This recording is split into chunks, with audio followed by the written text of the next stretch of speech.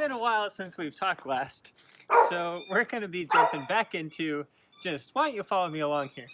We're going to be jumping back into Genesis here, and we're going to be continuing in chapter 10 and 11, going back and talking about the Tower of Babel, talking about the Babylons and how they got this new invention, the brick, and how they abused that power, tried to make a name for themselves, and it didn't go so well. So let's jump right into it.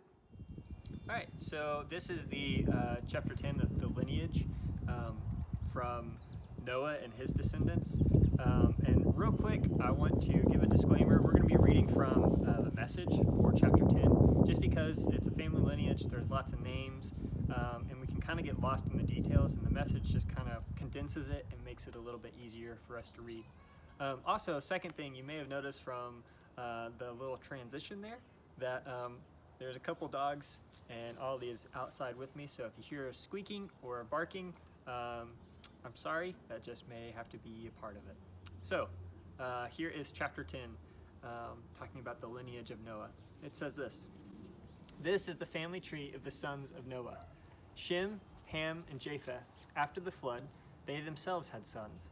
The sons of Japheth, Gomer, Magaz, Madai, Javan, Tubal, Meshech, and Tiras. The sons of Gomer, Ashkenaz, Riphath,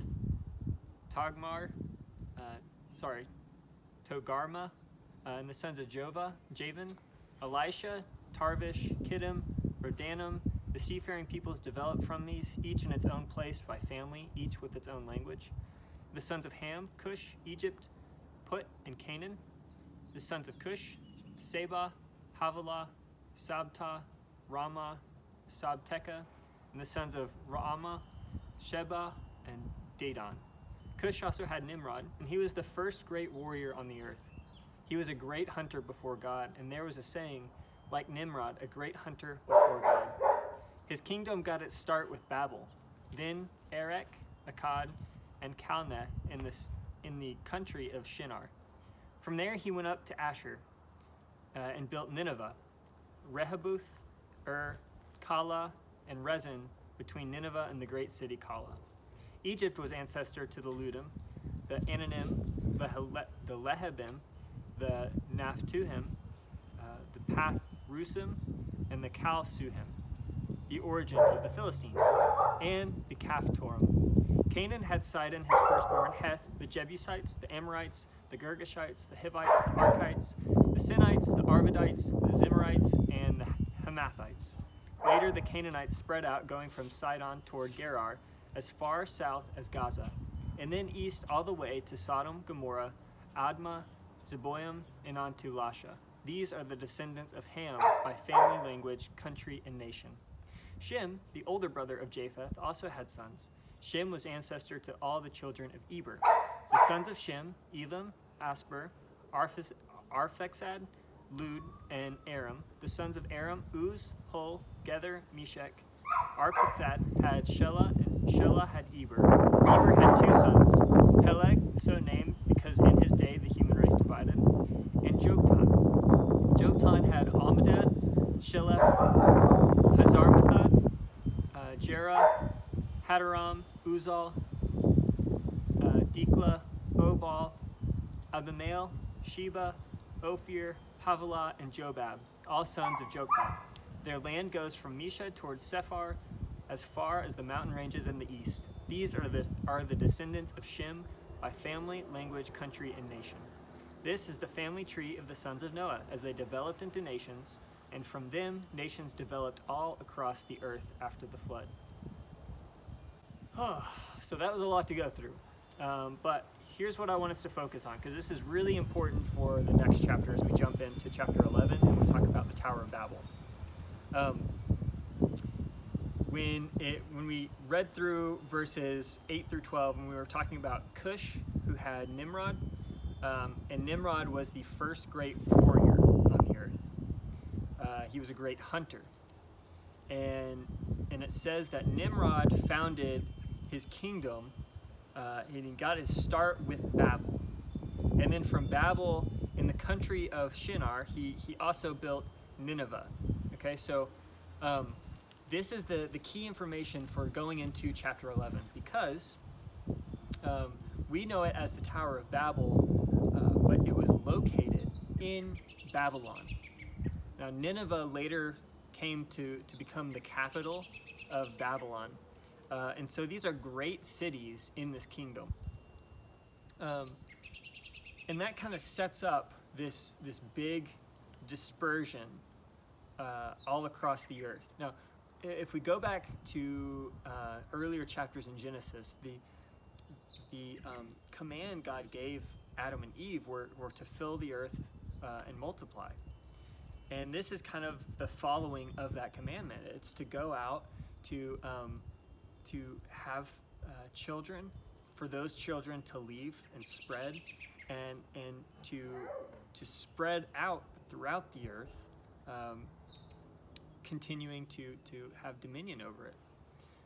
And so this is kind of the fulfillment of that, where these children of Noah and their children and their children and their children are continuing to spread. They're continuing to start new tribes, new cities, new civilizations. And this key one that we're about to focus on is this civilization, and specifically the city that Nimrod started. So if you want to go to chapter 11 as we get ready to read from there. And it said that Nimrod was a good hunter. He was a good warrior. And he founded this city of Babel. And what we're going to read about in just a second is when they founded this city of Babel, or the beginnings of Babylon, instead of continuing to move out and continuing to spread across the earth like God commanded them, instead of doing that, they said, you know what? If we gather together, if we stop splitting apart, then we will be stronger than anyone around us.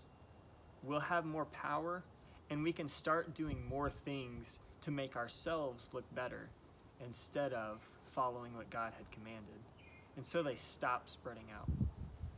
And that's why chapter 11, Genesis 11, as we're looking at the city that Nimrod founded, we have to kind of insert chapter 11 into the middle of chapter 10 in our timeline.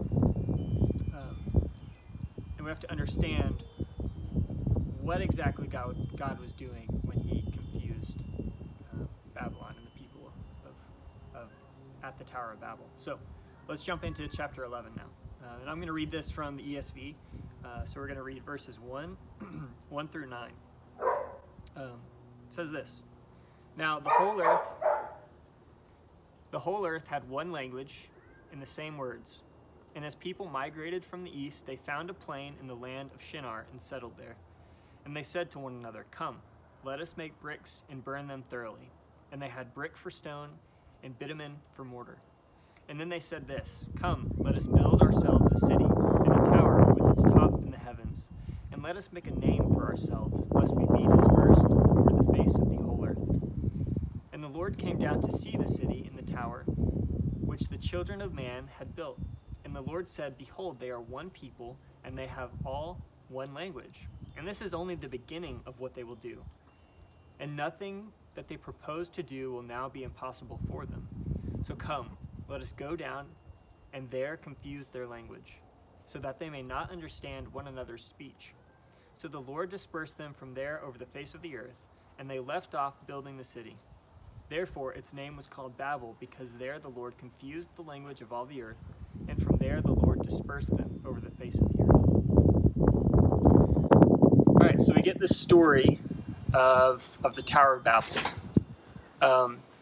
So here's what I'm going to do with us. There are 3 views I want us to look at in this Tower of Babel. And the first one is just reading at face value, reading it for what the text literally tells us what happened. And so that is that Nimrod and the people who were living in Babel decided to build this tower. They wanted to make a name for themselves. They wanted to bring glory to themselves, and so they build this tower out of brick. And what's so important is, we think about brick today as kind of a common thing, as a normal part of the day. I mean, there's brick here building this fireplace. There's brick on my parents' house to build their house. And so this is a normal, common thing in our life. But back then, this was cutting edge technology. And so they had just learned how to form and bake bricks so that they could start to stack their buildings higher and higher. And so because of this new technology, they got it in their head that they can build all the way to the heavens, that they can build and have a place where they could go to get into heaven, get into the God's space. And so that's what they did. They started building this tower higher and higher so that they could get the glory from it. And what happens is God sees them doing this, and God understands that because they're of one language and one goal, they're completely unified. He knows that in their unity, they can't be stopped, that they could do anything they set their minds to. But what they were doing was not a good thing for them to be doing. Seeking glory for themselves instead of trying to glorify God was not in their best interest. And so God goes down and confuses them, makes them babble, makes them speak different languages. And this is possibly one of the places we get for all the different languages in the world, because God confused their tongues, confused their speech. The next view I want us to look at is kind of a more like practical viewing of this passage. And there was a psychologist who suggested that as Babylon got bigger and bigger, that they kind of exceeded their limit on the amount of people they could actually have. And what I mean by that is this: if you're traveling in a group and there are dangers around you, maybe there's other warring nations, tribes around you, you want to be protected. You want to have security. And so think about it like gangs, right? If one gang has 1,000 more people than the other gang, chances are they're going to be able to defend themselves a lot easier. And so that's kind of the mindset they had. Instead of trusting in the Lord's protection, instead of trusting in this commandment to go and spread throughout the earth, they said, you know what, we're going to look out for ourselves. And we're going to start building a city for ourselves. And that's what they did. And so there's this balance between being so small that you can't defend yourselves properly, and also being too big that you start having too many people for the resources that you have.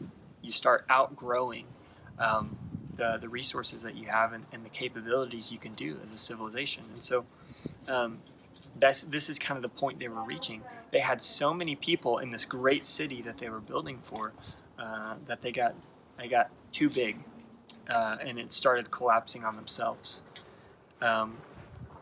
And we kind of have similar things today, right? There was a saying a couple of years ago in the news saying that companies were too big to fail, or that things in life are too big to fail. And one of the things that this passage might possibly be saying is that it's not too big to fail, it's you're too big, so you will certainly fail.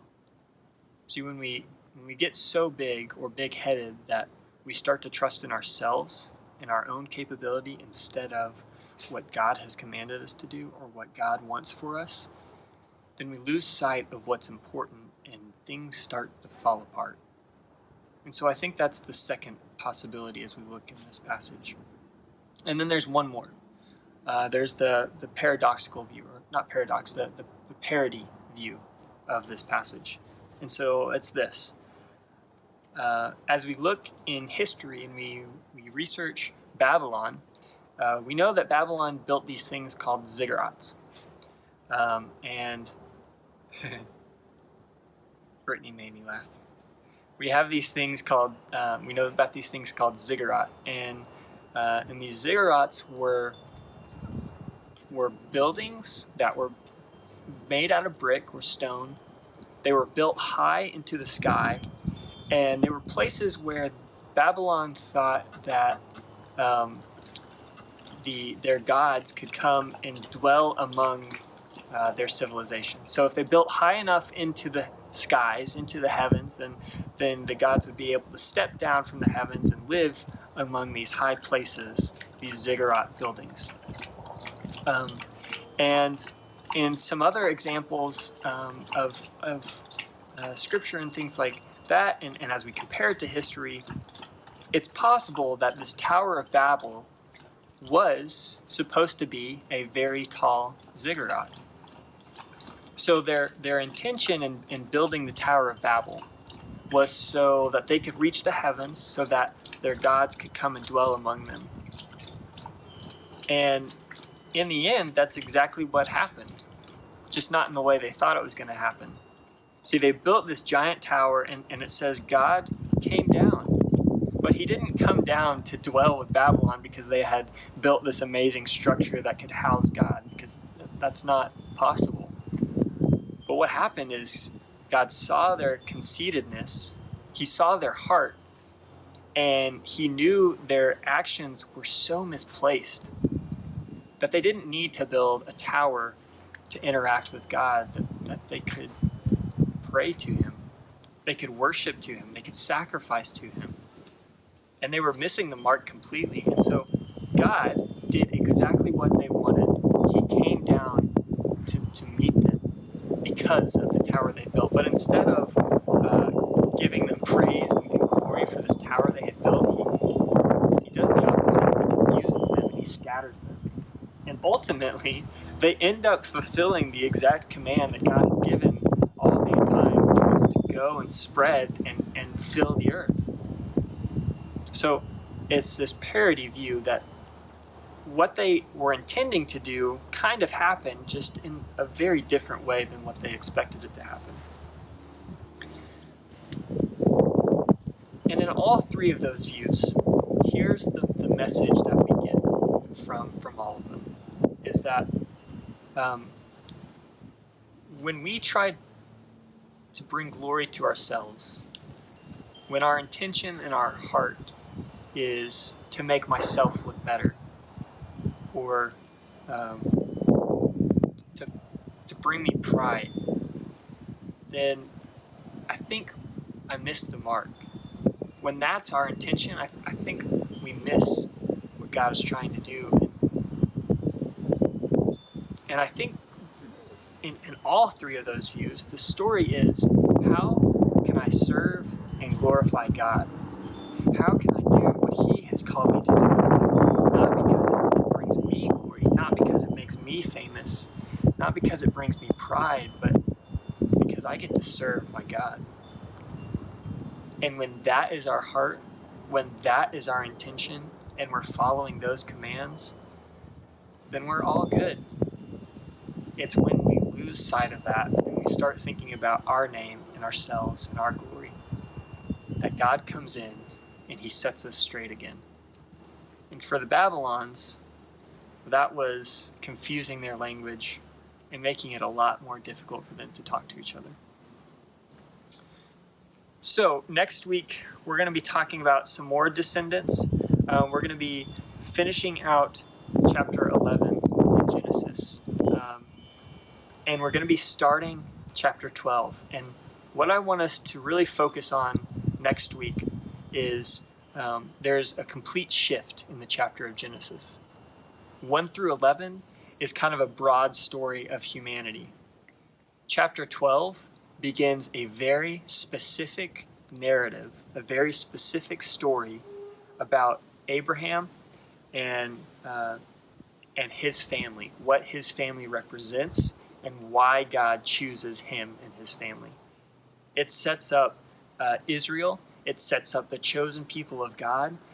It sets up a lot of things to do all the way leading to the New Testament in Jesus, and even further into what Paul teaches and to Revelation, all the way through the end of the Bible. So Abraham and his family starts this shift into a narrative, story-driven teaching from the Bible. So I would encourage you guys, sometime this next week, read chapter 12. Read chapter 12, and let's go in with kind of some basic understanding of what we'll be talking about in the story that we'll be going through. Until then, I love you guys. We're actually going to be jumping onto Zoom here, so as soon as this video is over, hop on to Zoom, and you should have a meeting code that I'll be able to give you, and you can log on. If not, text me or send me a message or something, and I will get you in on that Zoom call. We can all hang out and kind of go over this stuff for a little while. I love you guys. I'll see you real soon, and yeah.